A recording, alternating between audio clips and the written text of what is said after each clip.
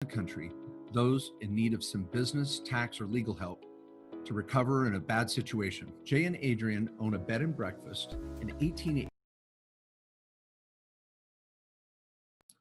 Hi, my name is Mark J. Kohler, and this is Main Street Business Rescue. Our mission is to seek out, through nominations of our clients from around the country, those in need of some business, tax, or legal help to recover in a bad situation. Jay and Adrian own a bed and breakfast in 1887 Victorian home in Abilene, Kansas.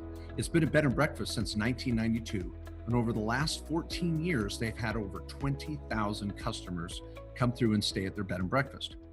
In fact, Adrian is also a professional chef. But here's the current situation. Their annual sales are typically $100,000 with a profit margin of about $36,000. But since COVID and the pandemic, they are down over 75%. This same time last year, in August of 2019, the same time this year, they're down to 27,000. They're at risk of losing their own bed and breakfast, their livelihood, and they're struggling for ideas and answers. And hopefully we can provide it for them here in this interview. Take some notes. Hopefully it'll be helpful for you as well. Welcome everybody to a Main Street Business Rescue, our inaugural episode of what I think is going to revolutionize America, change the lives of millions. My name is Mark Kohler, a local tax attorney living and breathing and working on Main Street in America. Grew up in a small town, love small business. And I've got my amazing co-host right here next to me, Matt Sorensen. Matt, I don't know what to say. I'll let you introduce yourself because you're so amazing. I'll probably screw it up, but thank you. Well, Matt, that's Central America. Avenue behind me. Yeah. You know, it's kind of a main street, but yeah, I mean, this is Mark and I are business owners too, so you know, we're living this with many of you. And right now is such a difficult time for people out there trying to live the American dream. And we just want to bring some people on and talk about it and try to help them, try to build a community here of those business owners trying to learn from each other and also improve their businesses. So we got some cool guests we're going to have in this series. And I think this first one, a bed and breakfast, will be pretty excited to, I'm excited at least, to dig into that and how they're trying to cope and get through this. I mean, we're here to rescue, much like the team at Baywatch, if you're familiar with Baywatch. I think I'm going to be David Hasselhoff. You can pick your favorite character. I'll be Baywatch. Pamela Anderson. I'll just be running through the, you know. But with my little buoy, I'm ready to go. Good news for those coming on the show is we're not David Hasselhoff and Pamela Anderson. So, but we feel like we have some good business advice, and we've been there too. And we've been helping clients through stimulus stuff and dealing with COVID. We've got some good insights. We've been in the trenches on it. So, yeah, I'm excited to see this, and thanks for being with us. A couple last disclaimers. We try to keep this light. We're both boring tax lawyers, I guess is our title, but in real life, we love, we're avid movie watchers and we love to quote fun movies and make jokes that hopefully most of the time keep it enjoyable, and a topic like this enjoyable. So be patient with us. Matt, any final words before we bring out our guests? No, let's get them on. I'm excited. Okay. Let's get into it. All right. Well, it's my pleasure to welcome Jay and Adrian Potter from Abilenes Victorian Inn, Bed and Breakfast in Abilene, Kansas, not Texas, folks. Abilene, Kansas. Most commonly known for the Eisenhower Museum, I'm sure everybody knows, and library. Yeah, it's a beautiful historic home that was built in 1887. It's a over 6,000 square foot home. Let me ask this: was it a bed and breakfast before you guys came there, or did you guys turn it into the bed and breakfast? It's been a bed and breakfast. It's been operating as a bed and breakfast since 1992. We're the third owners. Excellent. Okay, and you've been operating for 14 years, right? Correct. Okay, give us a breakdown of what's inside. What are you doing? Let's get the rooms and let us know what. We have 5 rooms on our second floor. One of them can sleep up to 4 people, the others 2 each. And then we have a third floor that has a 3-bedroom suite, a living room, kitchenette, walkout balcony. Is that the Eisenhower suite? No, it's called the Nest. Okay. We do have an Eisenhower room. Okay. Everything is themed with that time period of people that have lived here or are from the area. So all of our rooms have their own private bathroom and shower. 2 of them have full bathrooms and showers. They all have Okay. televisions, access to Wi-Fi, and everything does include a gourmet breakfast in the morning prepared by me. Tell us what's going on. I mean, why do we have the pleasure of talking to you today? I almost said stalking. Why are we stalking you to be on our show? But You're not stalking. and I know you're in good spirits, and Matt and I do have a very jovial way at talking about business to make it enjoyable. I love it. Things aren't good. Tell us what's happening with this COVID and how it's affected you guys. Well, to give you a quick synopsis, so to speak, is we were in Florida visiting our son and grandson and his wife and our son's wife when this really started to get bad, when the numbers started to really climb back in March, and Adrian started getting one email after the other of cancellations here at the inn. We looked like we were going to have a very, very good summer. We were really looking forward to it. In fact, I had been working full-time with Pepsi for the past 14 years. I turned 62 in October and decided to go ahead and take my Social Security and work part-time so that I could be here more to work the bed and breakfast. So when that happened, we realized we were going to probably have a problem, and people aren't traveling. The museum closed, the library closed in town. In March, it has not reopened at this point. We're still getting cancellations now and again when people find out that the library and museum is closed. So That's our big draw, is the Eisenhower Presidential Library and Museum for our town. Our town is a little under 7,000 people, and we are right on I-70. Now, if we let's talk about the exit strategy too, and what you've got into this. How much is the home worth? If you were to just go out and sell it, and I guess we need to look at 2 variables. If you were to go out and just sell it as a home versus sell it as a bed and breakfast, do you have a ballpark figure of what those 2 figures might be? I would guess about $450 as a bed and breakfast. We have listed it on a couple of websites, not with a realtor, but on our own, for $729. And that would include all of the business. Okay. What's the mortgage at right now? Mortgage balance? Just slightly under 200. So there's equity there worth keeping, obviously. Yes. Okay. All right. All right. What's the monthly expense? Like, to break even on the point, like, what's your monthly break even point of revenue you got to have to pay the bills, the mortgage? It's $9,000. Tell me what that is. That mortgage? That would be rent, mortgage, utilities, cable. Yeah, what's the term of the mortgage? It's $2,500. So monthly expenses, or the monthly nut, $2,500 for the mortgage. Utilities couldn't be more than $1,000. At some point, we have had $800 electric bills. So let's dive in. What are your fixed costs then? That includes it. Okay, so the 2,500's interest and principal, property taxes, and insurance.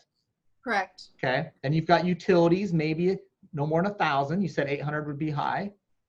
So maybe no, I would say maybe like 1,200 for everything. yeah, Okay. maybe 1,000 to 1,200 would be more. all right, we're at 3,700. Yes, I No one's think there? the only thing that's not variable is mortgage and utilities. So with Social Security and your part-time job, monthly revenue is about how much? $2,084. What have you done already during this COVID pandemic to try to make some extra revenue with the tourism off track? You said earlier some curbside. Yes, as I mentioned earlier, we are doing breakfast all day and lunches. I posted on Facebook weekly, come up with a menu, and hope and pray people call. Now, you've also had you've gone into some of the government programs or looked at some grants and other things. You've already gone through those processes. You looked at PPP, Yes. you looked at EIDL, you got some grants from the county. Tell us. Okay, so because we don't have a payroll right now, we didn't qualify for PPP Right. or EIDL, and we did receive a loan from Hire Fund, which was the very first loan offered that we could get, and that was from our county. It's a 3-year return, 0% interest, which is great. We were able to get $15,000, and we're using that to pay our mortgage, basically, and utilities. We have applied for a few other grants, and we're waiting. We received one for $375 through the county as well, and we received one. We're going to be receiving one for a little under $5,000 here shortly, and there's 2 more that I've applied for that we're waiting on. Did you, in every state's a little different for entrepreneurs during this pandemic, did you apply for unemployment? No. Specifically you, Adrian, because Jay's got at least the part-time job. No, I have not. The last grant I applied for was as a woman-owned business. It was a minority grant for women-owned businesses, and it is all in my name. So we were hoping to use it that way.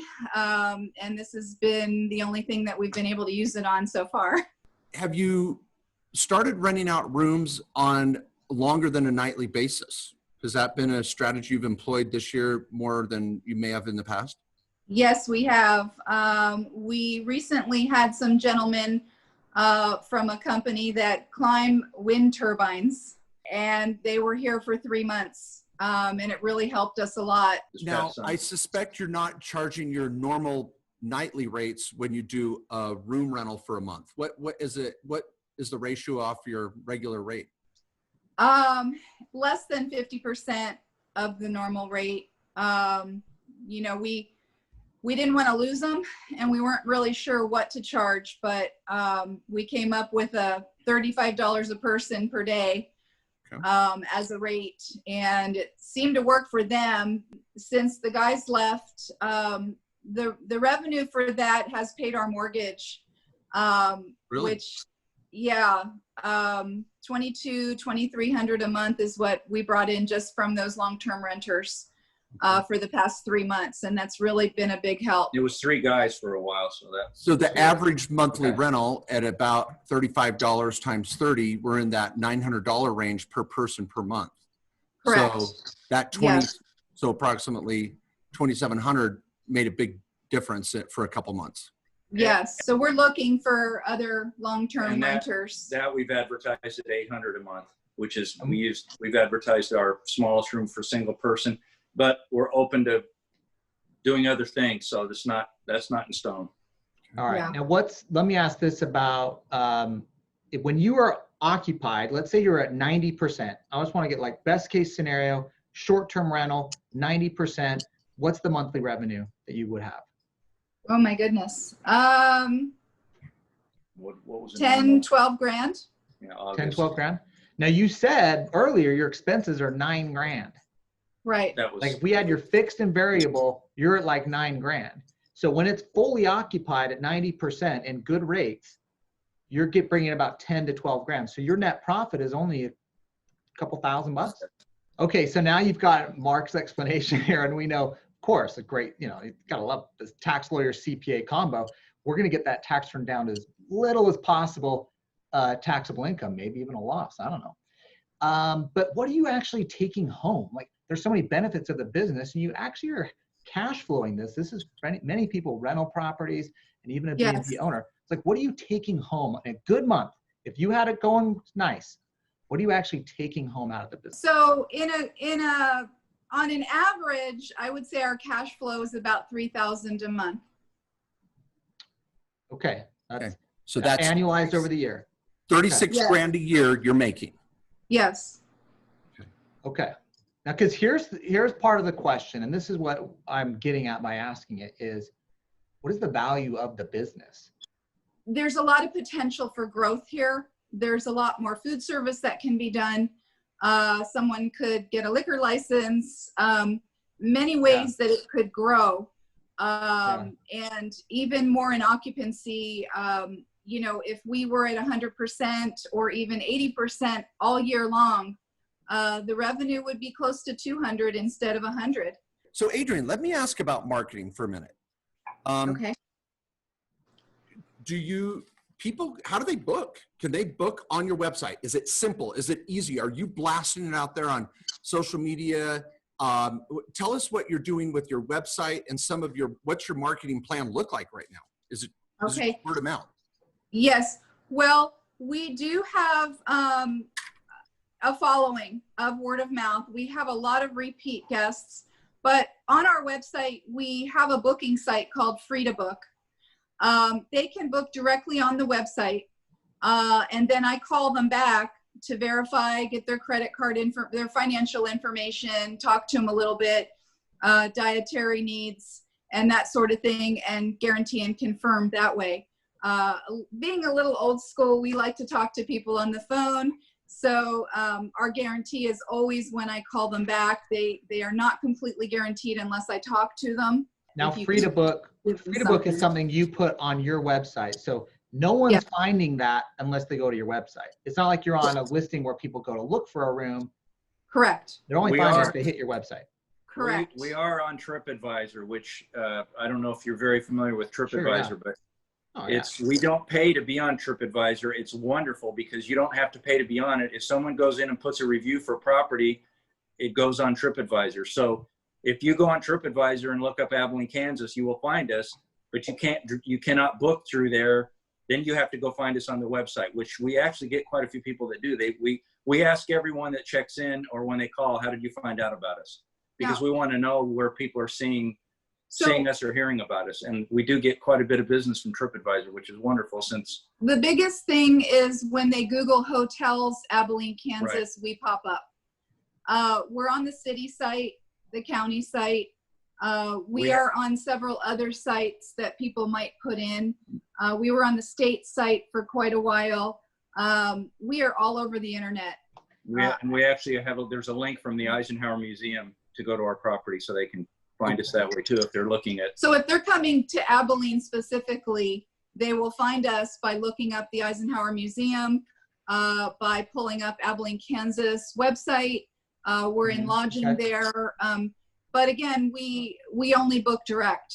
Okay. Now, so an important question is, obviously you're not going to go through Airbnb or because you're not that type of location. You're a bed and breakfast, and there's a whole culture to bed and breakfast. When I've stayed at bed and breakfast, it is kind of it's a whole different ambiance. It's very common what you do to give that phone call and who are you and whatever. And if I sound like a serial killer, you're going to say, oh, we're booked, and so, right. and it's a very homey How do they thing. sound actually? I don't know. How does a serial killer sound? It's odd. Most people turn me down. I don't know why when I try to book with a bed and breakfast. I can't tell you the story while we're live. Okay. Yeah, that's right. But that is kind of one of the culturistic aspects of staying at bed and breakfast is it's a very homey feel. And I've never stayed at a bed and breakfast where I haven't met the owners, and I'm in the kitchen eating, and I wander down there in my robe in the middle of the night. It's they never have me back either. I don't know why that's my name. No. But on that note, there are websites that do cater to the bed and breakfast industry that do take a fee so that they can help book you out. Have you not done that because you don't want to do the fee, or you don't feel like you need to be on those sites because you're booked enough already? A little bit of both. A little bit of we don't want to pay the fees. The commissions are high on most of those sites, which makes you want to raise your rate. And a lot of people do in order to be on those sites, they will raise their rates. It's always financially feasible to call the property individually rather than calling one of those sites. Okay, sometimes it's 20 to 30% higher on a site like that.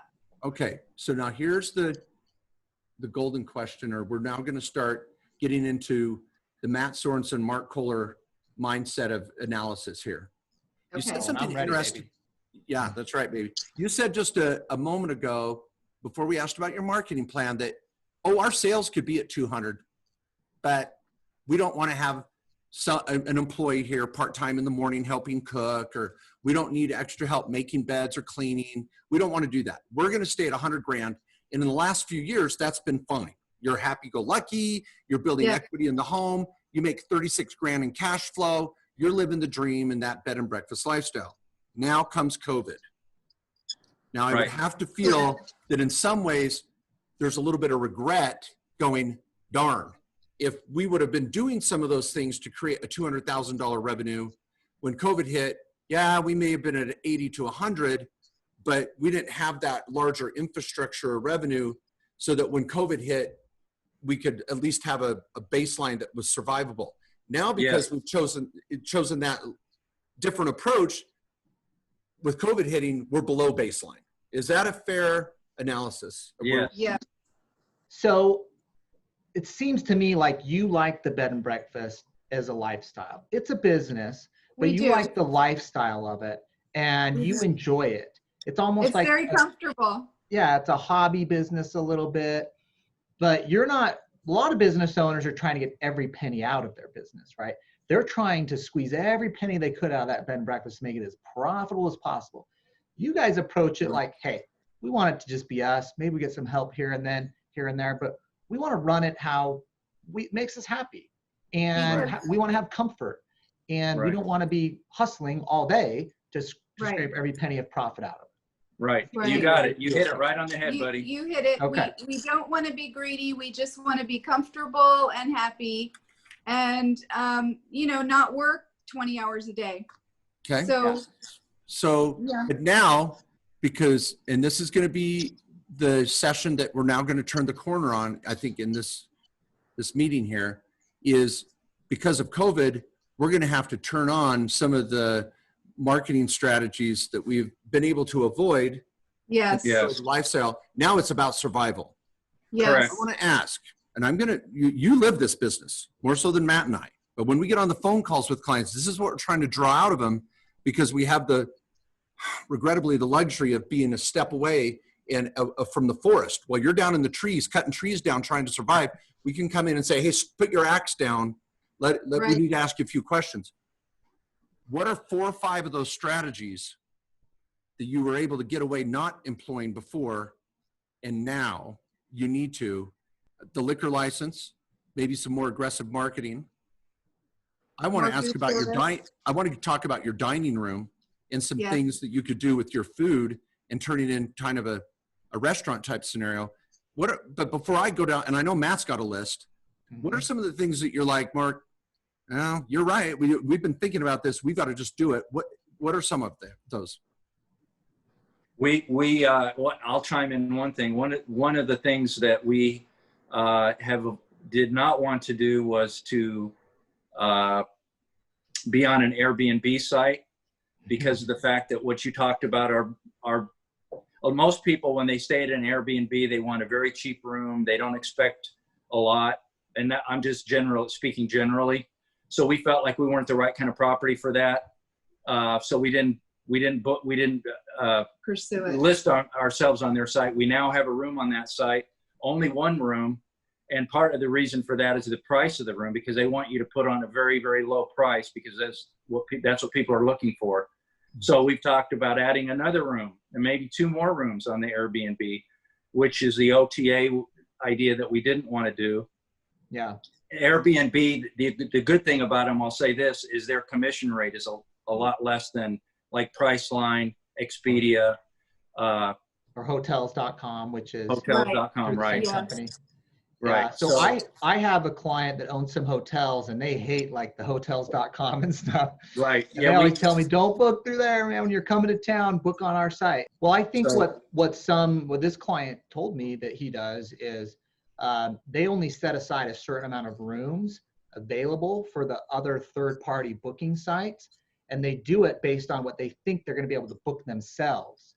And so Mhm. they know we can book 60% of the rooms ourselves. So we're not going to let all rooms go up there. We're going to book them Right. direct. But the other that would otherwise have been vacant, we're going to throw them up there. And they have a pretty good, model for how they do it and how they take them off and add more on. Because sometimes they might have a week or 2 coming up where it's like, we didn't book as many as we thought. We want to get more on there. And so, but that way it's still keeping revenue coming in. It's more consistent, but they're being Right. a little more strategic about it. You could do it, these are 50 to 100 room type hotels, think like a Right. Fairfield Inn or something like that would be what he owns. So you could be doing things like that.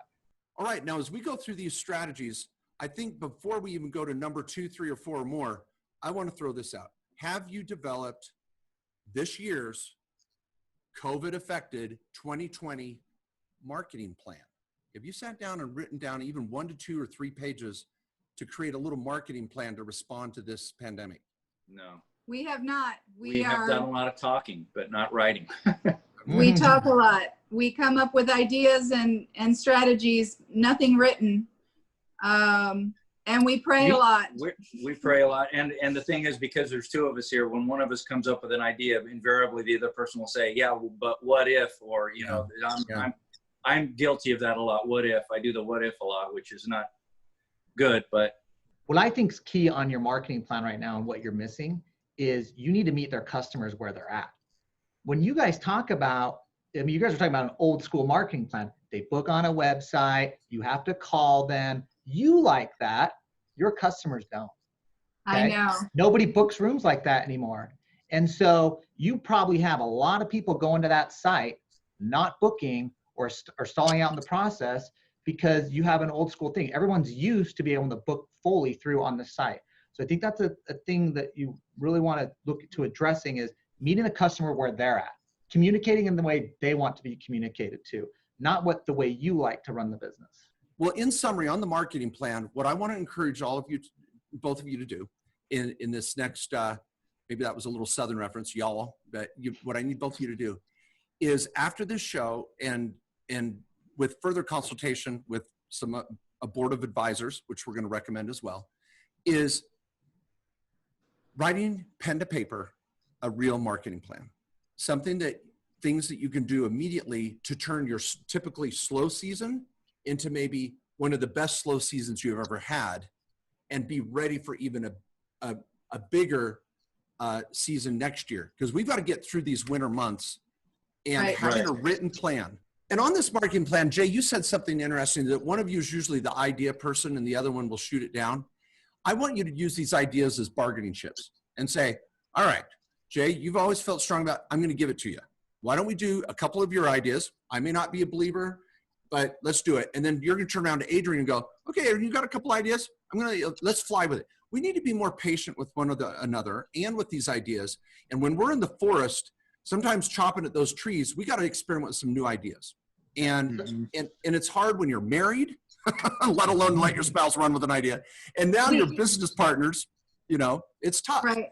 So, the only thing is my ideas always cost a lot. Okay. Well, and you may need to, but this is where those grants could be well used. Maybe our grant has got to be used to pay a bill, but at the same token, maybe that grant could be allocated to some ideas that we need to kind of dip our toe in. So I'm going to say, I like that number 1 idea of the third-party rental, the online travel agency. We need to open ourselves to that and expose at least a couple of rooms to it. But right out of the gate as well, we need to develop a written marketing plan. And take action on the things that you're talking about. One last thing on the marketing plan is the difference of a marketing plan with a strategic plan. And we're not going to have a little training session on that today. We'll save that for another show. But right now it's about marketing. Your system could be wonderful, and it sounds like it is. You've got great food, you've got a beautiful place, you're in a beautiful part of the country, you've got all these tourism, you're on I-70, all these great things. It's really not about how do we change our business model and our how we deliver our service. It's about how do we get people renting rooms? How do we get money in the door? And they say heads in beds. Yep, and that's bottom line of marketing plan. So Matt, what would you say maybe another idea that we need to start doing better at or take advantage of? I think you want to think about your business in 2 areas right now. I want you to think about what can you do today in the next 30 days that's going to affect your business, but that is different of what you're going to do coming out of this. Because it seems to me the Eisenhower Museum is a big part of the draw. If it's open, people are coming to town. They're buying you, they're booking it, they're coming there. If it's closed, so in some ways it's like you need a strategy to get through to when the Eisenhower Museum opens up. That might not be your long-term strategy. And you've done some things. You've had the workers going up on the turbines, right? Doing some more longer term rentals. Think of it like I kind of feel like your car's broken down right now and you got to put the spare tire on. It's not the way you're going to drive the car all the time, but right now you got to get from point A to point B. You need a patch. All right. You need the spare tire. Okay. And I think the strategy of the month-long tenant, the workers, was a way to kind of bridge the gap. But then eventually you want to get the real nice tire on the car and move it down the road. And so in some ways, I think what you're doing now may not be what you want to do long-term, but you need to make that sacrifice. You need to say, we got to get the freaking spare on and get the car down the road. Right. We need to be the destination. Mm-hmm. Yeah. So if we were the destination, which usually lodging is not the destination, the guest is finding something to do and then they find lodging after that. Yeah. If we were the reason they were coming as the destination, and then they look at the town and go, oh, but I have all these places I can go visit as well. We have had people do that before. It's rare, but we have had people let's read play about with that. it. Yeah. Let's play with that strategy for a moment. I would suspect, and I'm going to be so bold as to throw out, on your website, do you have a list of all the things to do while you're here in Abilene? Yes. We have a little icon that says 100 reasons to come to Abilene. Okay. And then there's, The and we Wizard actually of have Oz links. is from here. We have an Yes. awesome web host. This guy in Mississippi, he's just wonderful. He's really Okay. helped us a lot. I love We've it. had a lot of compliments on our website about it's easy to navigate through and so forth. It's just the fact that, like you said, the twofold things: people aren't traveling right now as much as they are, and because they normally do, and also the fact that we're not on Priceline. A lot of places that people look when they're looking to stay somewhere. Okay. Now I want to get back to Matt's point for just a moment before we get, I think we're going to run away, give you some great runaway strategies here today. Monthly tenants, not what you would typically want. Most bed and breakfast owners don't like that monthly tenant. They're not the type of person that you want to sit down and have that, croissant with in the morning over a cup of coffee. These are people that are coming and going for a business reason, but it's what we've got to do in the short run. It's the spare tire fix. There you go. Right. So on that monthly tenants, what have you reached out to companies in the area? What are you doing right now to maybe find those monthly tenants? You said that there was a site you were trying to, it was the Tenant. Turbo Tenant. Is that turning out to do well right now for you or not? Word of mouth maybe, or what? I've had some leads. I've not had anything pan out from those leads yet. They have their own vetting. Every 30 days you have to update the site. They vet people. They ask them when they want to move in, their reason, if they can, what their finances are. And then they send us the questions that they might have. But on this note, and it's probably, again, too much for the show today, but I would sit down and think, okay, in the slow season, what type of businesses are flourishing in our area that may be bringing in employees during the slow season? And are they the type of character we would want in our home? But is it also something where we could reach out to their HR department and go, hey, we've got rooms for rent here. It's a much better value than the Hampton Inn on a per month rate. We'd like to be one of your first choices. Now, it's only during our slow season, but we'd like to be there. And I think if you sat down on a spreadsheet and started making a list of some of those businesses or industries within a 50-mile radius that might have some short-term workers that are of a higher caliber, they might be worth reaching out to. Anything you One of the places I did reach out to in March when all this started was our hospital, our local hospital. And I did talk to HR about doctors and nurses and first responders staying with us. But you brought up a good point, because now I'm thinking that was at the time the person said, okay, thank you very much. If I get anybody, I'll let you know. And that was back in March. And We've now had a few people. Now but they're probably not even thinking of us anymore. So we need to do that again. circle back? Yeah, I think it's you got to do some hustle. I think that's what it's going to boil down to. It. There's going to be a lot of guerrilla tactics and things that you need to do, and you just talked about one. The hospital is the perfect example in chasing down that resources, being top of their mind, making sure they know what you're doing. Because right now you've got to conserve cash too. I don't want to give you strategies of like, we'll just do more marketing on Facebook or, or go dump a bunch of money in that. You can't do those strategies right now. Right. We're trying to cut all those variable costs, but do some of the guerrilla market. And I think the strategy of the month-long tenant, the workers, was a way to kind of bridge the gap. But then eventually you want to get the real nice tire on the car and move it down the road. And so in some ways, I think what you're doing now may not be what you want to do long-term, but you need to make that sacrifice. You need to say, we got to get the freaking spare on and get the car down the road. People with COVID right now and moving around and people working from home, and there might be people that want to come there and live there for a few months during COVID.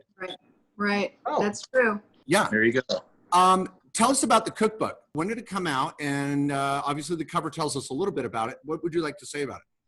Well, it took me 5 years to create it. It's a compilation of guest recipes as well as mine. That was my marketing idea, that if your name's in the book, you'll probably want to buy 3 of them. And that was true. So we have 22 different people that have their names in the book and their recipes. There's over 200 recipes. It came out in 2012. I revised it in 2015 after my children told me where all the mistakes were.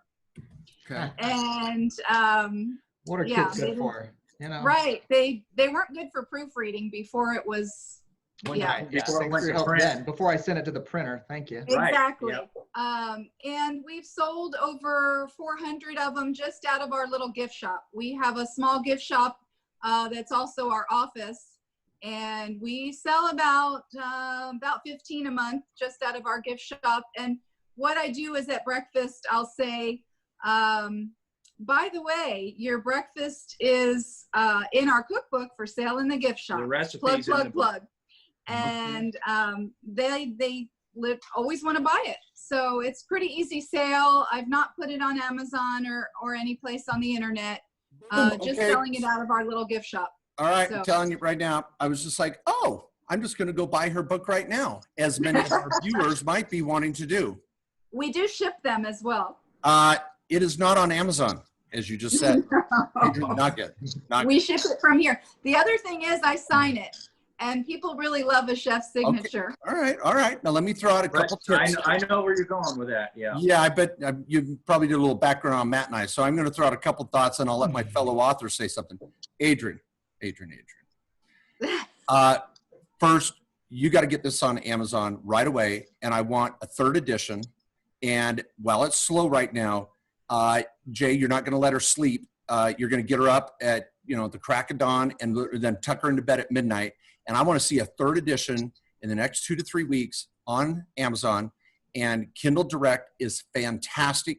It'll print and deliver right there for you. I'll let Matt make a few comments. It'll create a revenue source, and it's going to be a wonderful, wonderful way to get you potential guests to come to the bed and breakfast, drive up the value of the bed and breakfast. I'm just going to say 2 words: pioneer woman.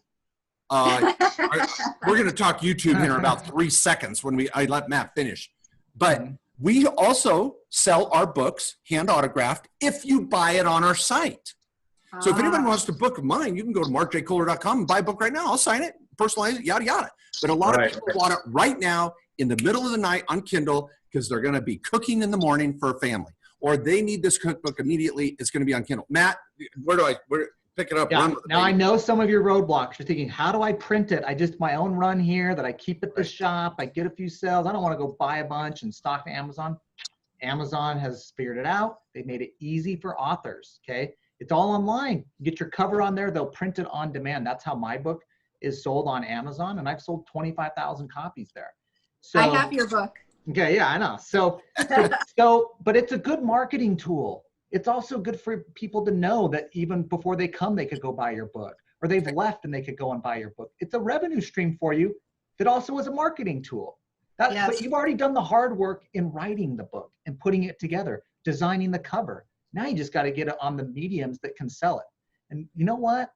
That could be a theme of this for when you come out of COVID or whatever, about your business in general and the reluctance for Airbnb. I know you're fighting Airbnb and the third-party booking sites, but that could be something that could really energize your business, I think. That's something we have not thought of. Thank you. Yes. Oh my gosh. Okay. By the way, we're just getting started. Okay. So you're going to get the book on Amazon, 3rd edition, within a month. Matt, his assistant will send you the link to get down to kdp.com, That's what- KindleDirectPublishing.com. You're going to get over there, set it up. It'll be available on Kindle. It'll be mass printed by Amazon for you, and that you can buy it at wholesale prices to stock in your store. I would like an updated cover. I want this thing to rock and roll. And you're going to put, you know, if you want to put a little something in the acknowledgments for Matt Sorensen, myself, just a suggestion. Okay. You're not going to say no to that. Okay. No. Next, you've got 20,000 built-in buyers. Did I not hear in the last 14 years you've had 20,000 customers? And if you're like any other bed and breakfast I've stayed at, you've got a nice little sign-in sheet when people come, and you've got their phone number and email. Am I correct? Yes. Okay, tell me about your CRM. You know, sorry, CRM? What's that stand for? Acronym. Do you have a list with their names and emails? An Yes, Excel but spreadsheet. Oh, did I just came up It's with not on a spreadsheet. Oh, okay, we just came up with Jay's job. We are going to put, if you remember the old movie, The Odd Couple with Walter Matthau. Oh, yeah. All right, we're going to put a piece of tape down the room, and Adrian's going to be over there working on her book. Guess what Jay's going to be doing? I'm going to be working on the list. Yeah. He's going to be on one of the top 5 CRM sites, which could be starting with the top of which you don't need. But when people think of CRM, they think of Salesforce, they think of Infusionsoft. But the lowest and most affordable level, we're looking at these contact me type sites where you can input all of your customers' data. And we're going to reach out to them. We're not even to the rebooking destination site opportunity. We're talking about just the book. You're going to get them in that CRM so that as soon as Adrian's got the book available, you guys are emailing all your prior customers and saying, Adrian has her 3rd edition out. Oh, and by the way, you 20 that have your name in it, they're going to get a different email. And they're going to say, we're going to say, you're now an affiliate for the sale of this book. And we need you to out there publicizing this book everywhere. And Matt, before my brain explodes, what else on this CRM? Well, I think on the CRM, you've got to get emails, okay? Emails. People want to get communicated that way. So hopefully did you get emails? Please say yes. Did you get their emails? Wait, we have some. We don't demand it from people, so we do it sometimes people, for some reason, we have a place for them to sign in and put their address or email, their phone number, so forth. They don't always put their email in or their phone number. I did sign up. A lot of them do. I did sign up for MailChimp, but never did anything with it. Okay, and you could use that. You could import the data, okay? You got to get the emails into there. Now here's and you could be very strategic about, there's different ways you could approach this, but you want to think of what's my strategy when I reach out to them. You don't want to just say, hey, we're open for business, come visit us, right? What's the strategy that you have? My partner. Yeah. Why did they come there before? What did people love about it? When people come and they leave there, why did they love staying at your bed and breakfast? I'm sure it wasn't Jay's demeanor. It had to do something with Adrian's food. Am I right? Yeah. Okay, but Jay does tell jokes. And they do like that. Okay. See, I would do that. I see book number 2, Jay's jokes. And you reference that. How many of your guests would remember that? I remember that guy. How many people are going to remember the food that Adrian served? So when you go out, when you send out that email or whatever the communication is going to be, try to bring back the things that would remind them of the stay when they were there. The Eisenhower Museum may be closed. Don't hit that angle. Just talk about traveling. Yeah. You have time on your hands. Everything's closed. We're open. Eisenhower's dead. You're open. Eisenhower's dead. You're open. This is an important point. Yeah. And come back and visit us. I got a new joke. Something I haven't mentioned to you, but we get a lot of thank you cards and gifts from our guests. Which is amazing to us that people pay to stay here and then they send us a thank you. It's just unbelievable. We've had jams and jellies and nuts and flowers sent to us as a thank you. And I love people. Those are the people that would want to come back. Yep. Yes. I love jams and jellies and nuts. Those are my 3 favorite things.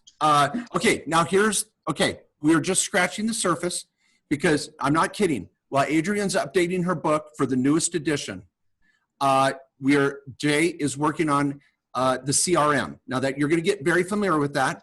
There's great training out there on YouTube and all over on what that means. You can get a book on it on Amazon very, very quickly and start reading it.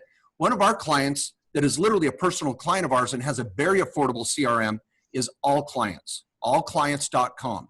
The owner is Jeff Shamus. He's the CEO.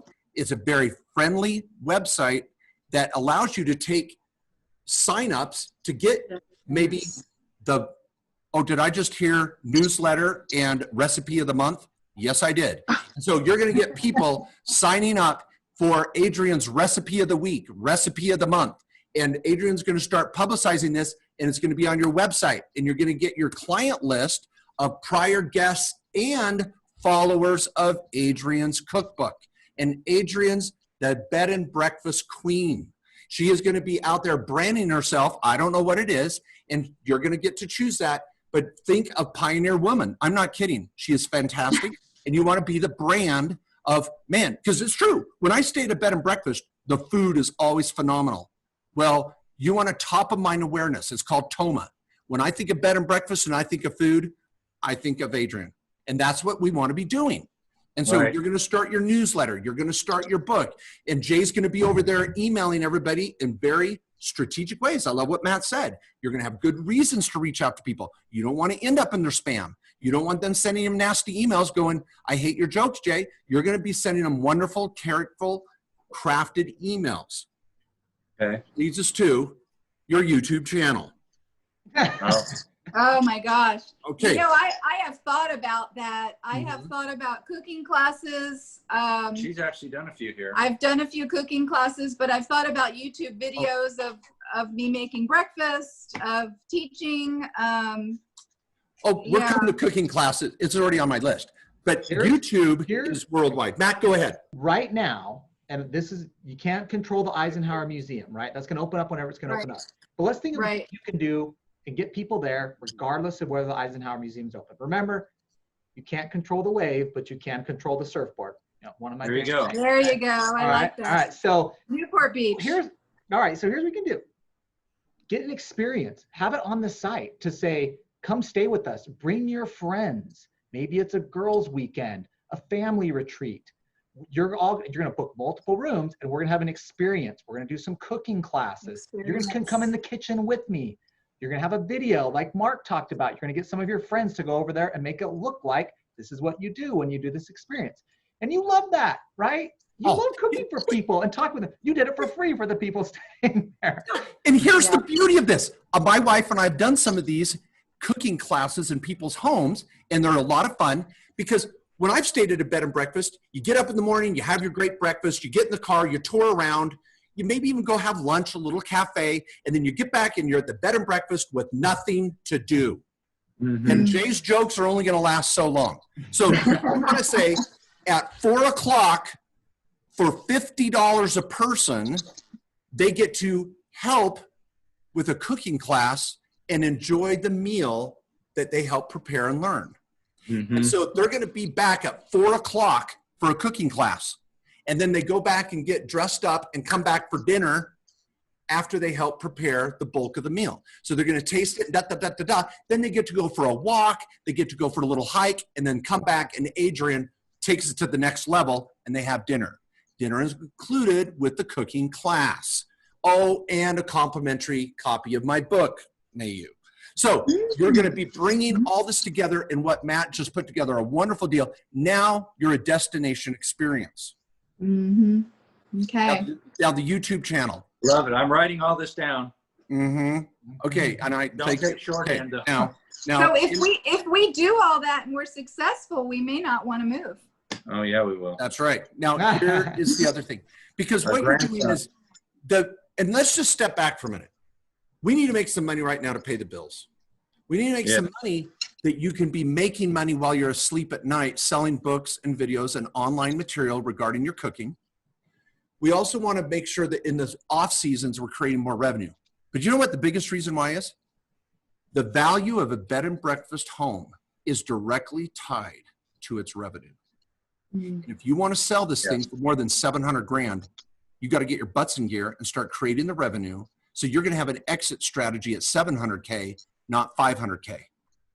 Right. And you're going to have, like Matt said, you're going to have to hustle. You're going to have to kick it in the gear that you may have not wanted to do, but now we want to exit in 5 years. We better create the revenue that can show a $700,000 or $800,000 sales price. Yeah, and they're going to want to see that for a couple of years consistently. So that's your exit strategy. You're going to have to do that for a couple of years to show that revenue. And that's how they're going to, because now they're going to go off of what's your net income you're making from the business, right? They're not buying it for the real property. You're not going to give them half the price. You're going to leave hundreds of thousands of dollars on the table.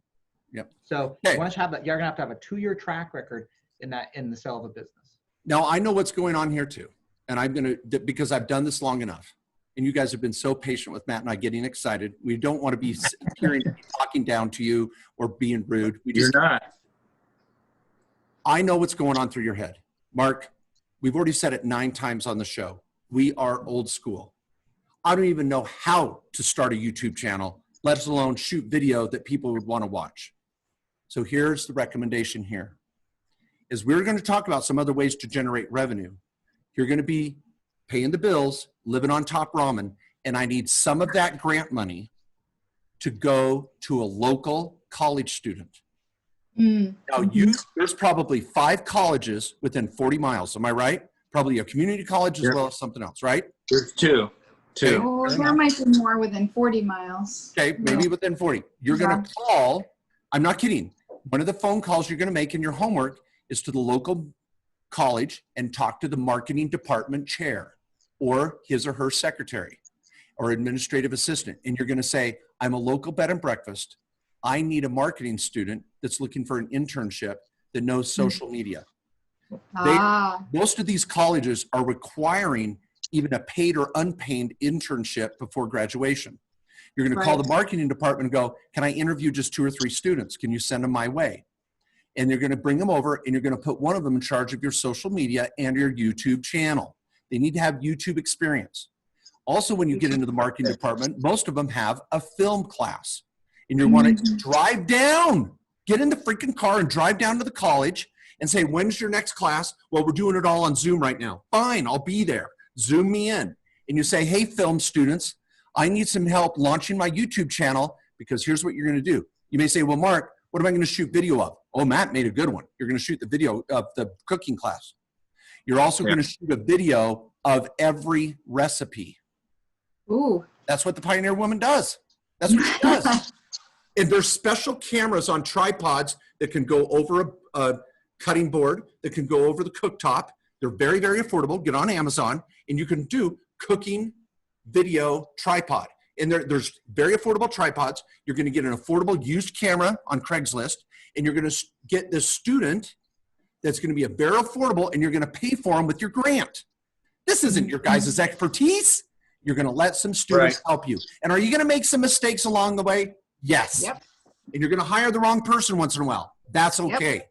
But you're going to start shooting video of these different recipes. Now, why are we doing all this? Because it's going to drive attention and awareness to an amazing bed and breakfast.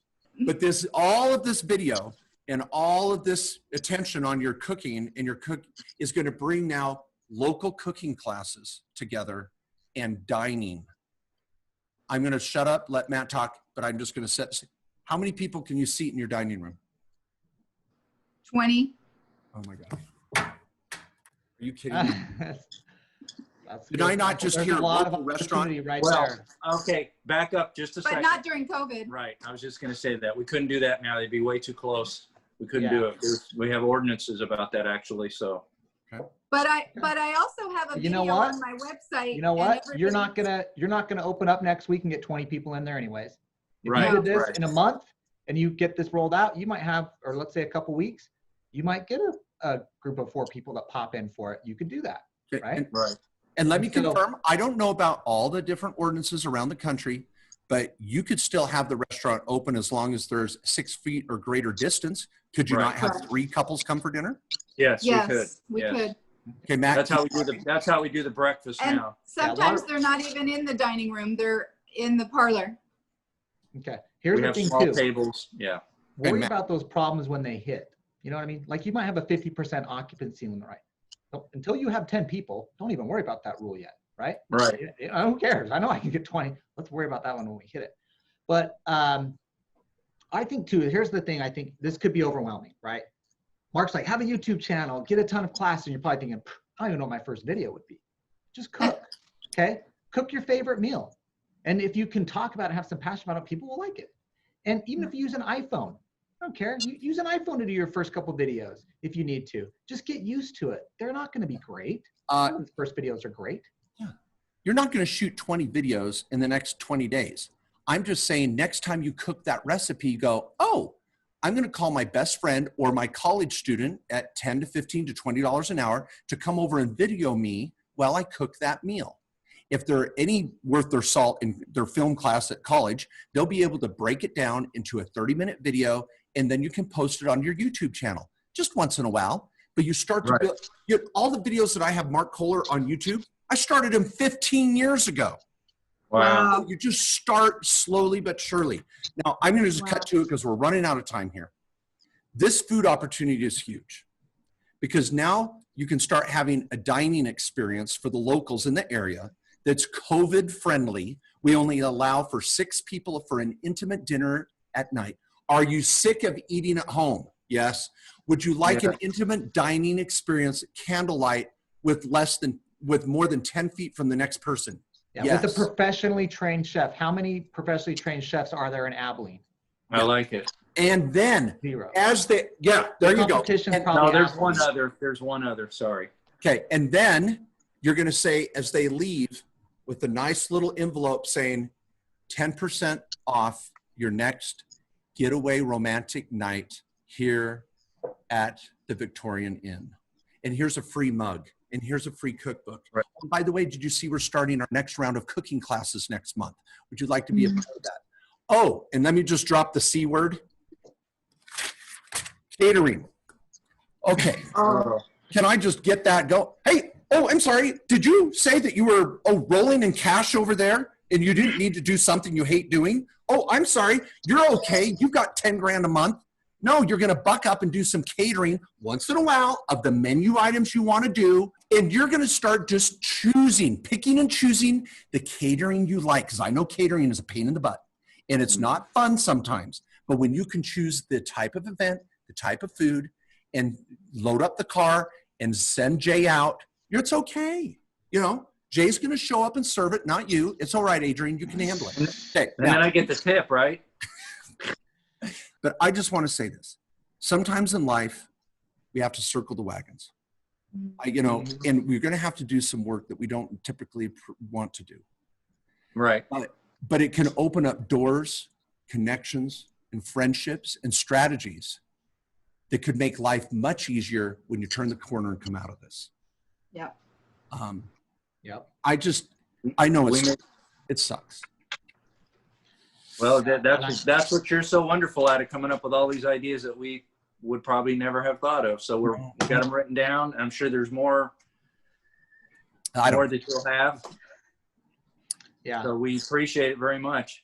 Yeah. Now I'm just going to say you're going to have some misfires, right? You're going to start doing some new things, some new technology, maybe some new different ways of doing things, a cooking class that, I don't know, maybe Jay lights something on fire. I don't know what could happen. Are you going to run the grill maybe? I don't know. Oh, no. Okay. All right. Okay, he's not certified. But I think you can have fun. You guys have passion in your business.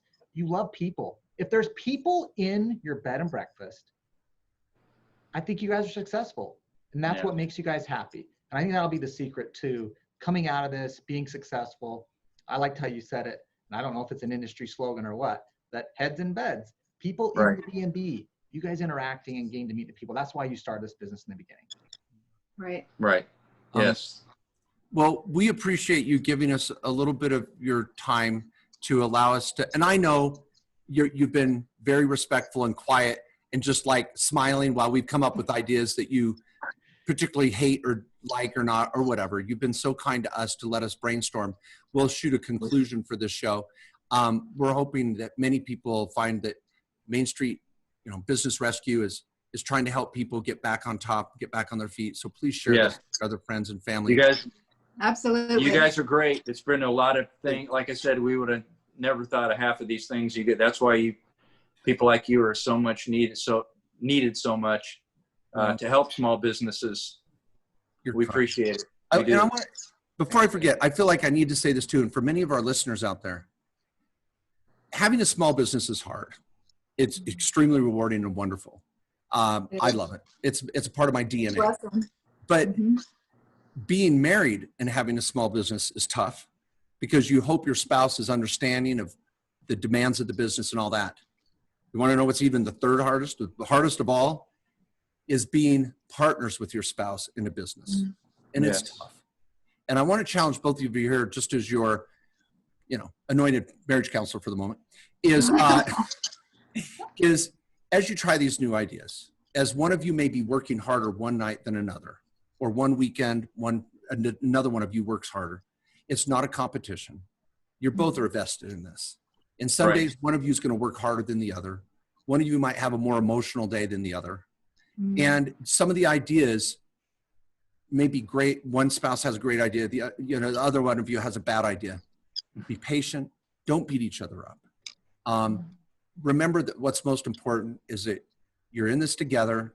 You've got a lot of equity in this home. Worst case scenario, you're going to sell it and head down to Florida to be around the grandkids. And how you hit this in the next 3 years is going to determine how it's going to look financially the next 15. Right. And I think you've got a great opportunity to turn this thing around. There's so much opportunity here you're not tapped into. But that's just my take. Matt, final words, anything to?